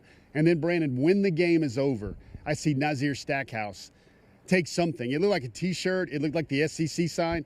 Brandon, he went up into the player stands, found some family, and was reveling with his family about that. You talk about connection. You talk about people being great. There's Xavier Truss, Brandon. I saw Xavier Truss dropping that horns down left and right everywhere you want to go. Excited Georgia Bulldog football team. And, hey, Texas may have won something earlier this week against Georgia. I think DawgNation, I think Brandon, I can speak for you right here. I think you'll take this one. Yeah, there's an important lesson in all this. A lot of money, that may buy you way into the red zone. It does not buy you way to the end zone. What it takes to win a game like this, money can't buy. And listen, Texas has got plenty of it, and this week they used it. You know what? All is fair and love in the SEC. We don't whine about stuff like that. But out here on this turf right here, money can't buy you a win there. It may buy you a win in recruiting. It can't buy you a win right there in them white lines. That's simply about who wants it more. And tonight, you just didn't want it enough. Georgia wanted it more than you did. By the way, you also noticed, if you're watching us while Jeff was talking, I got a little video of the Halo board here at the SEC Championships. I really hadn't done that yet, so I want to make sure I got that. Let's also get more phone calls here. Adam's in Montana. Talk about a night we're just all over the place. How about Adam checking in from Montana? Adam, thanks for being here on our DawgNation Postgame show. What'd you think about this one? Let's go. Man. Okay. So a few things. First off, how happy are Georgia fans right now knowing they got a confident quarterback coming in next season? Oh, I think that's exactly right. Yeah. A lot of really valuable experience gained by him in a win tonight that can only help next year. I think you're right about that. It's like I was honestly worried about that, but then so next, touching on that, I was expecting Arch Manning, the backup quarterback, to come in, and then here comes Gunnar Stockton. Man, so happy about that. Next I think it's a great phone call. And go ahead. No, I was gonna say, oh man, I had a few things on my mind. The main thing was I'm just happy. Like I said, I was worried. Like going forward, like where does the quarterback position lie? When Gunnar Stockton came out there, his footwork was fancy. Yes, Bobo had him running a few trying to drive with QB sneaks, but even before we saw those few attempts, like his footwork was fancy. I like what I'm seeing at him already. So go Dogs. I wanted the SEC championship more than I want that freaking natty, because moving forward, this game was super important for recruiting. No, it's a great phone call. I appreciate that. Thanks for checking in way out there in Montana. Hope you're staying warm, because it's been cold enough in Georgia. No telling how cold it must be out there right now. And obviously celebration for Gunnar Stockton, but also another good point. We did not see Arch Manning tonight as much as I thought we would. I have him in the game for 2 snaps. He had the carry on the first play from overtime, and on the one play he comes in under center. Ball goes direct snap to the running back who got the carry there. So a little bit of a diversion during regulation, a 5-yard gain during overtime. I really thought that they would have played Manning more. And I got to tell you, obviously this is for the Texas postgame show to figure out, but I really think it's a mistake, because while Ewers made some big throws tonight, Georgia has sacked him 13 times this year. And I did not think there was any way in the world they'd sack him 6 times tonight after 7 times the last time. I thought they would have a better game plan to kind of get the Georgia pass rush off balance. And at early stage of the game, it sort of seemed like they did, but then Georgia just got after it. I mean, how much good football did you see from the Georgia pass rushers tonight? I mean, it was kind of everybody. Georgia was coming in on twists. They were coming in on stunts. Brandon, here's the irony of college football. You got to love this, Brandon. Coming into the game, everybody was talking about Arch Manning's legs. The backup quarterback for Texas might make a difference. How's it turn out? Georgia's legs of their backup quarterback is the one that makes a difference tonight. Let's get more phone calls here. AG, I should say, you're in South Carolina. AG, you're next up on the DawgNation postgame show. AG, what does it feel like to be talking about an SEC champion here tonight? Once again, it feels good, man. I'm so happy because I live in Carolina, but I I live in Carolina, but I'm from Lincoln, Georgia, so it feels good, man. I just want to say this. I feel like Nick Frazier and ETN are going to be a dangerous combination going into the playoffs. Like, I really do, because ETN getting healthy. And then defensively, it ain't too much more I can be proud of, man. 7 sacks once again. Hey, great stuff, man. AAG, terrific phone call. I totally agree with you. And Jeff, I think the point that he brings up is if you're Georgia and you're trying to figure out how do you dig deep and find something else for the playoff? Well, this Georgia running game's starting to get something going here. You know, Frazier was tough for you against Georgia Tech. Trevor Etienne was so tough tonight. Do you know how hard that is to go out there and take the abuse that he did when you've got what TV has called fractured ribs? I don't believe that Georgia's ever confirmed that. But you know, Trevor Etienne was a weapon of the passing game. If you're looking for success there, you know, those dump-off plays to Etienne to go along with what Cash Jones can also do too, that you've got to imagine this just sort of gets back to what Georgia is.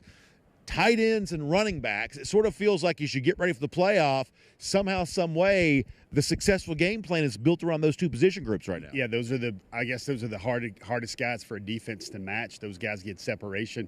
Brandon, I'm not sure about this. I want your opinion on this. I think Anthony Evans, that fumble that kind of bounded, did it go back up into his own gut? Did he recover his own fumble?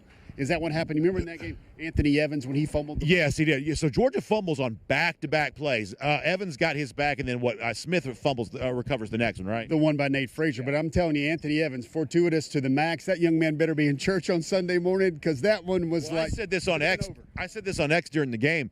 I thought this game was going to kill me. I thought my cause of death was going to be Georgia football, because between all the drops, we knew they were going to happen, and when they happen, it still just drives you crazy, even though you know it's going to happen. And then to fumble on back-to-back plays, you didn't lose either one of them. Somebody was, saying, Texas can't buy any luck when it comes to a fumble. I said Texas used up all their luck on their schedule, getting the easiest schedule in the SEC. They used up all that on that. So, fumbles were obviously crucial, but ultimately ending up not hurting Georgia because they were able to kind of fortuitously fall on both of them. I mean, again, Brandon, I hear Munson in my brain here, like, Lady Luck stole one. I think Gunner was trying to throw that ball away on that interception, Brandon, when I believe it's 13 to 10. Georgia is trying to drive late. The ball is intercepted. That gets very precarious, man, and Georgia gets a stop. The young man, the kicker, Georgia's had some misses in the SEC championship game with field goals over the years. The kicker for Texas misses a couple. Again, sometimes it's okay to steal one, especially when you steal one, quote unquote, having to ride the services of your backup quarterback with your QB1 out, your future NFL quarterback out. And Brandon, I know how your mind works, man. I know you're going to enjoy this one. But thankfully, Georgia has about 3 weeks to get really healthy. But I don't know if 3 weeks is going to be enough for whatever Carson's dealing with. So you got a whole month to talk about who will be the quarterback, how effective will he be, what about everybody else? Maybe Colby Young comes back. It's going to be a big month. I've never been so happy to have 3 weeks in which Georgia's not playing football, but it's one of those things. And as Jeff says, we may need 6-hour shows to chronicle it.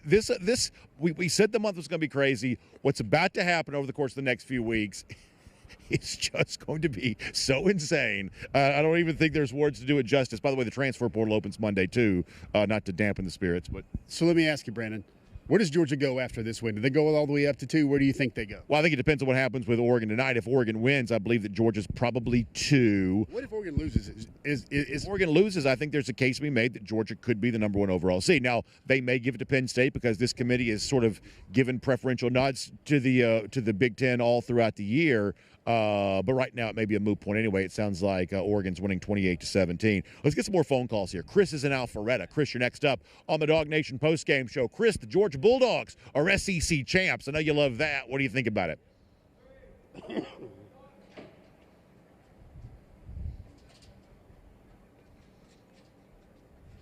Chris, are you there?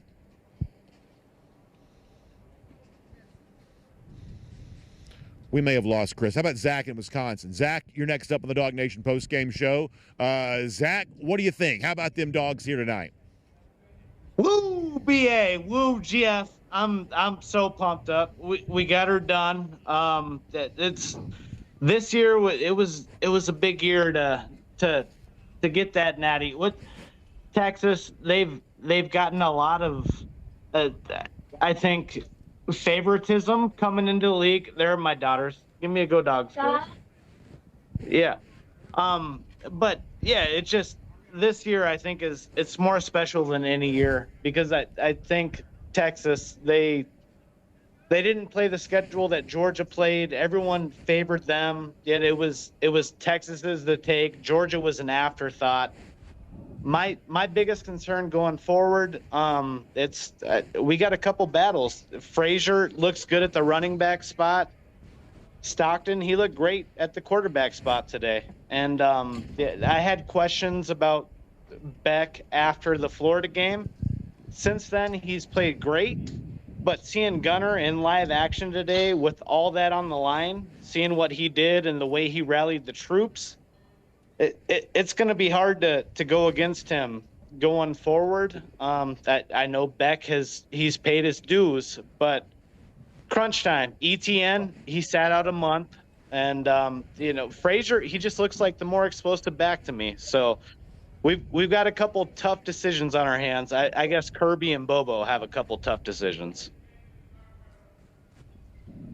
Well, I think it's a really good phone call, and I think that perhaps some of this is also good problems to have. By the way, it's great to see your daughter's checking in tonight, too. Some of this may be kind of filed under good problems to have, which is that, I do think that Beck, to use the word that gets used so much, has remained resilient around some tough circumstances. Drops have obviously hurt his numbers and some things like that, but he kind of stands there and competes, and yet with him going out tonight, the fact that you do have a backup quarterback that was able to give you a little bit of moxie tonight. Now, not perfect throws. There's obviously a observable inexperience that you see with Gunner Stockton, but it was that kind of intangible characteristic that the sort of Georgia boy playing the quarterback for the Georgia team somehow sort of always seems to have. I really like that, I have to admit.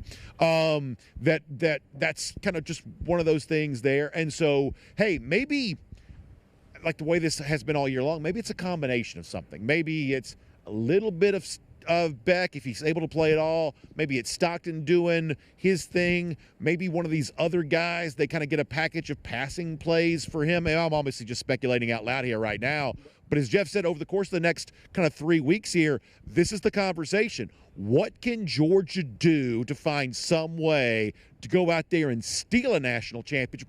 Do you know how upset everybody's going to be? They want Georgia off this stage. If this Georgia team wins the national championship again, do you know how upset everybody, all these national media types and talking head types, do you know how much their Christmas just got ruined because the fact that Georgia is just as alive as it ever was, and frankly, it's not just alive, it's thriving. Do you know how upset all these Georgia haters are tonight? So let's paint the picture. Maybe we want our good friend Dan Lanning to take that number 1 seed. That way Georgia can get the other side of the bracket. I believe the number 3 team will be there. I believe that's probably going to be Boise State or Clemson or somebody like that. That would be the team you face in the semis. And then also, man, I got to share this. Our good friend, everybody's good friend, Lane Kiffin, you listen to this, he tweets out, hard to beat the Georgia Bulldogs. They get everyone's best shot and just win. Congrats, 57-4 since 2020. I love that. 3 losses to Alabama, and this is where Kiffin was normally logical. Now he has to be self-serving. 1 loss to Ole Miss. You know what? I'm going to let him have that one tonight. Let him have that one. I'm going to let him have that one tonight. Lane, you've earned the right to do that because, honestly, your squad played pretty good well that night. Let's go back to phones again. Chris and Alfred, let's try him again. Chris, you're next up here in our DawgNation postgame show. Chris, we're thankful that you called. We're glad to have you with us. And what a fun conversation here on a Saturday night. Yeah, I just want to say Jalen Walker is I would say Quint Ewers' daddy. He owns him. And it's proven 2 games in a row where he just he's developed. I think Clint Ewers is having nightmares of Jalen Walker. I think you're exactly right, and I appreciate the call. Walker in the backfield all night long. I thought Damon Wilson played some good football. Warren Brinson gets a sack tonight. But Walker's one of those guys that just seems to raise his level in the biggest moments. And, Jeff, Georgia was giving up pass plays. The sacks weren't just like padding the stat sheet. You had to get negative plays. I believe Jay said, our producer, 15 tackles for loss. I have him for 6 sacks. I may have missed one. 6. Yeah, 6 sacks. that you had to have those negative plays. If you don't get negative plays, their drives result in scores. So these were sacks tonight. They were not just sort of cosmetic add-ons to a game you're going to win. You don't win without them. I mean, the whole game to me felt like Georgia digging Texas into a hole, and then Texas getting out of a hole with an explosive, and then them getting down the field, and then Georgia backing them up again with all the plays. Man, the tackles for losses. It reached a point in this game where when Texas tried to run the ball, I was like, more power to you. Keep trying that, Longhorns.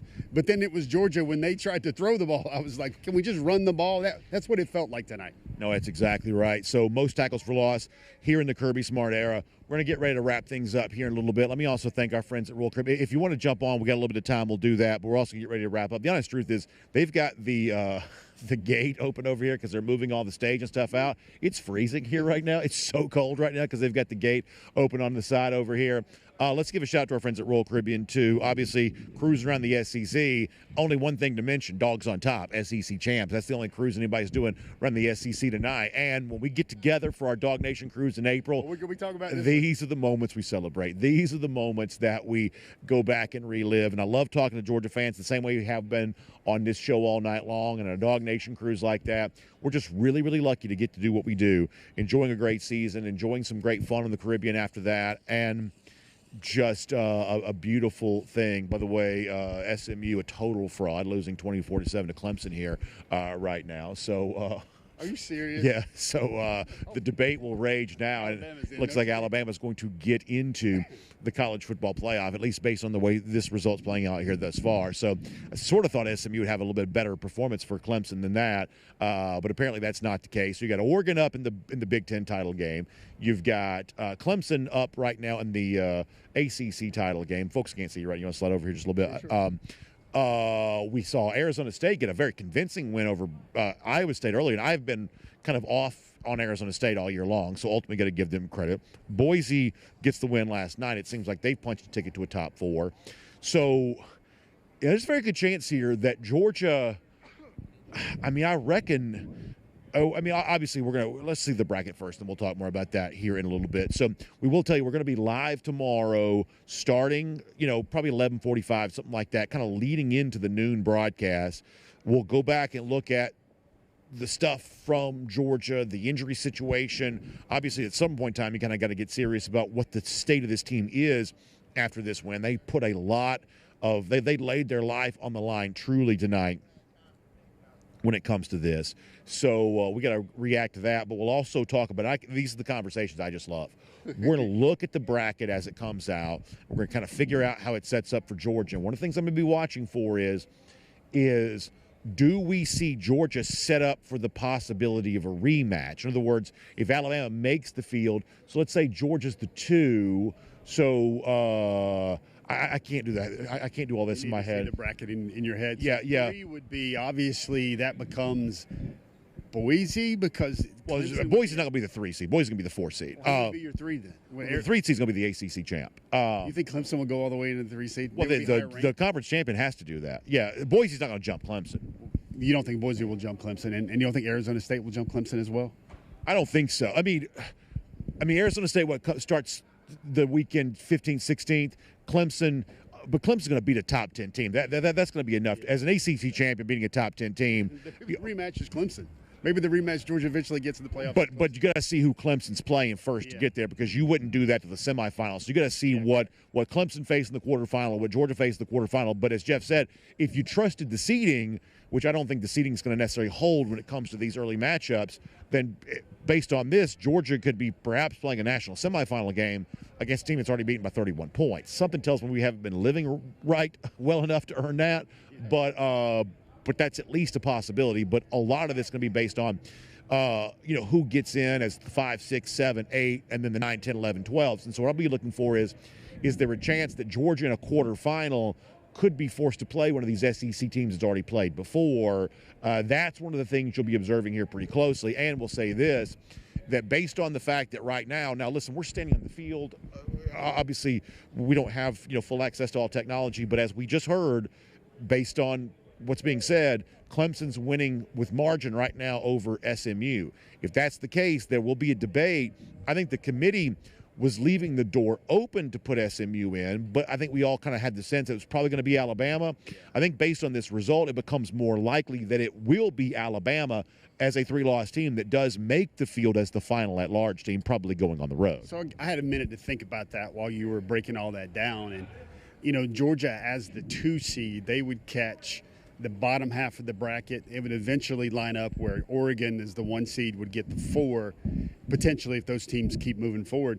I think the gauntlet Georgia's went through today, Brandon, how about getting maybe Indiana in the quarters and then Clemson in the semis? Would that give Georgia some time to get healthy? What I mean by that is because Georgia at 2 would face Clemson as the 3. If you have them moving on to the 3, that would be an easier path for a hobbled Georgia. I'll also say this, the one thing I said on our show, and by the way, there was a funny moment on the podium. We briefly mentioned this earlier, where Greg Sankey kind of got a little shot from Kirby Smart on the podium, and I think. What did he say? I didn't hear. I'm kind of like you. It's like I'm running to get down for the show. I miss most of the celebration. I haven't really been able to enjoy the Halo board here, so I wanted to kind of do some of that and scoop up some of this confetti.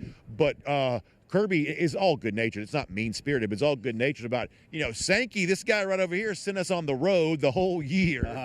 That's good from Kirby, right? That's what you want. Yeah, that's a good little good-natured needling, especially when the Dogs still come out on top. Apparently Greg Sankey didn't think it was funny. Well, that's even better because you know what? I don't think Greg Sankey's very funny right now either. So if Sankey wasn't happy about that, then all the better because we got our issues with him, but we'll settle that on another day. So let me go back to the point I was making earlier, and at some point in time we'll get ready to wrap all this up. So the one point I have been making that nobody seems to be making, which means I'm probably wrong, but I'm still going to hold out some belief that I might not be, is that even though the 2 Big 12 teams, Iowa State and Arizona State, came in tonight 15th and 16th, came into today 15th and 16th, I think there's a chance that the winner of that game could shoot way up in the rankings and perhaps get a home game. Because if you're going to have the indignity of seeing the Group of 5 team get the bye that you think is perhaps supposed to go to you, at the very least you might end up getting a home game. And it was going to take a really big leap up in the rankings for that to be true, but the last time I saw, I didn't see the final score, but Arizona State beat Iowa State pretty handily today, right? I think it was like their running back went off for 180 yards and 3 touchdowns. I think it was something like they had I want to say it was a 30-7 win. It was a convincing win. So watch this tomorrow, and like I said, I may be wrong about this. 45-19 was the final score. Thank you, Jay. Watch to see if that's not enough to get Arizona State way up the rankings, coming as an 8 seed, that maybe the 4 home teams will end up being Notre Dame, Texas, Penn State, although since we've been talking, that Big Ten title game is narrow. It's 28-24, I believe, right now. That game has narrowed a little bit, so perhaps Penn State trying to still fight there in that, but let's assume that the favorite wins and that score, which is right there on the number, kind of holds here right now. Home games for Penn State, home games for Texas, home games for Notre Dame. Don't be surprised if you don't see Arizona State get that 8th seed as a conference champion, getting a chance to play a game out in Tempe. That leaves, obviously, the 4 road teams to be Indiana, you would think, Alabama. I think you're going to probably say that here right now, Tennessee, and then Ohio State. Could be that's what you do. Otherwise, you got a pretty interesting debate about who that 4th home team might be, although Ohio State, with only 2 losses, are going to certainly say they deserve some extra look on that, just given how highly they were ranked for most of the season. You know what I hope happens, Brandon? I hope that the first round, I think it thinks to even out. I think Ohio State and Tennessee would be a good matchup, and I would like to see maybe a Notre Dame catch a really stronger opponent. It's lurking right now who's going to be 5, 6, 7, 8. That 8-9 matchup really looks like the best of the weekend, not just because it's the way the seedings work, but you've got 2 powerhouses that kind of think they can still contend for a national championship, even though they don't get the bye. All right, is there all of us, let's help out here. Is there anything else that we haven't mentioned that we should have on one of the most dramatic wins in Georgia football history? Well, I didn't know that. That was pretty funny. You gave a little dish there about Kirby needling Sankey a little. Yeah, that was really fun. I'm actually getting a lot of folks responding about that right now, too. Just there's a lot of chatter about that. And listen, we've had our issues with Sankey. And the other thing, too, is when you look at Kirby doing what he does from the podium, guys like Shane Beamer and Lane Kiffin very, very aggressively arguing for their team to be in the playoff. The days of playing nice in the SEC are over with. When this was a 10-team league, we were all essentially cousins. As a 12-team league, kind of the same type of deal. 14, for the most part, there was a lot of unanimity, a lot of agreement. Everything was basically a unanimous vote. It ain't that way anymore. In a 16-team league with 12 spots in the playoff, there's always going to be somebody left out. There's always going to be somebody getting their feelings hurt. So throw elbows, fight for your seat at the table.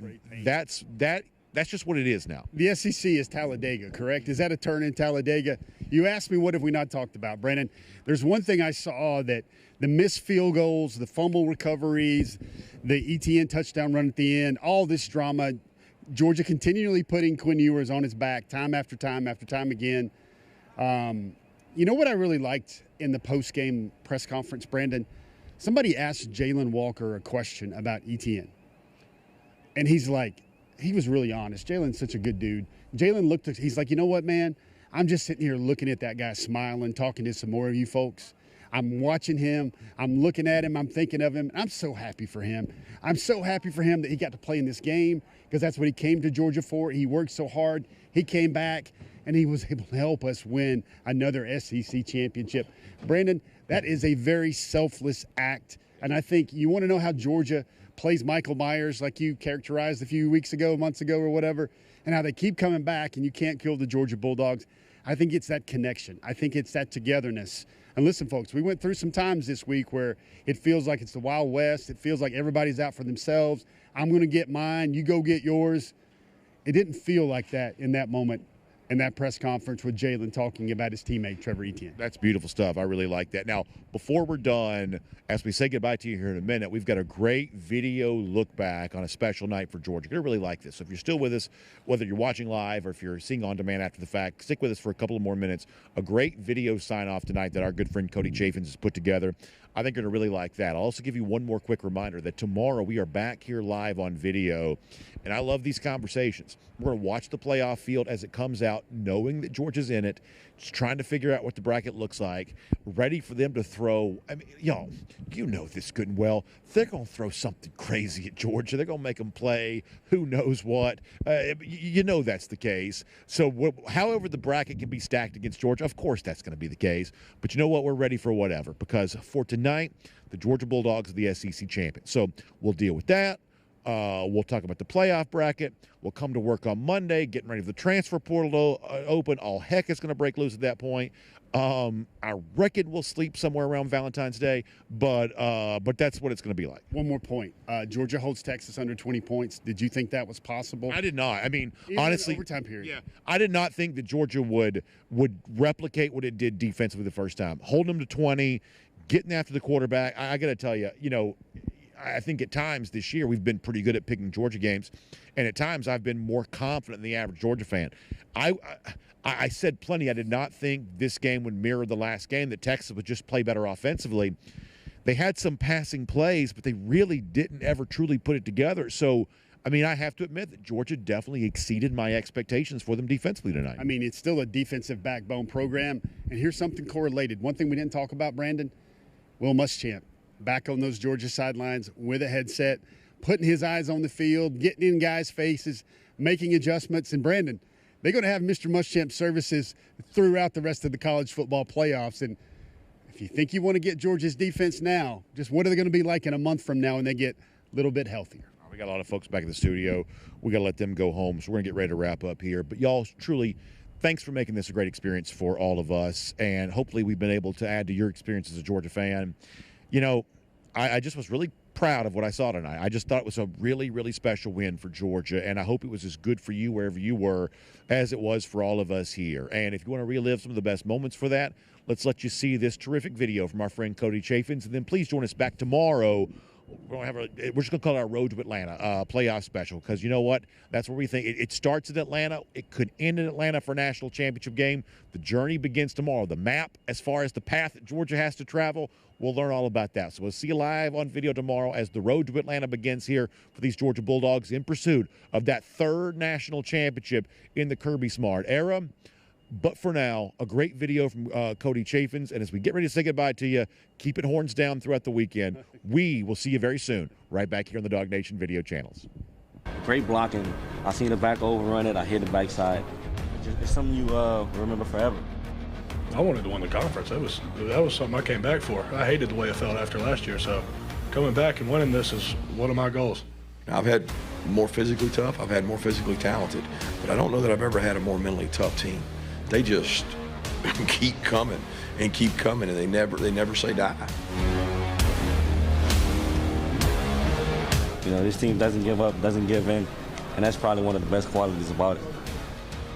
We work week in, week out for our off-season training to our winter training to our summer training to our fall camp. We work. And we are a fourth quarter team. Also, I was a part of the team last year that we came up short, so this one, it was a little more personal. I got 2 national championship rings, and before this game, I had 1 SEC championship, so this one's a really big game for me.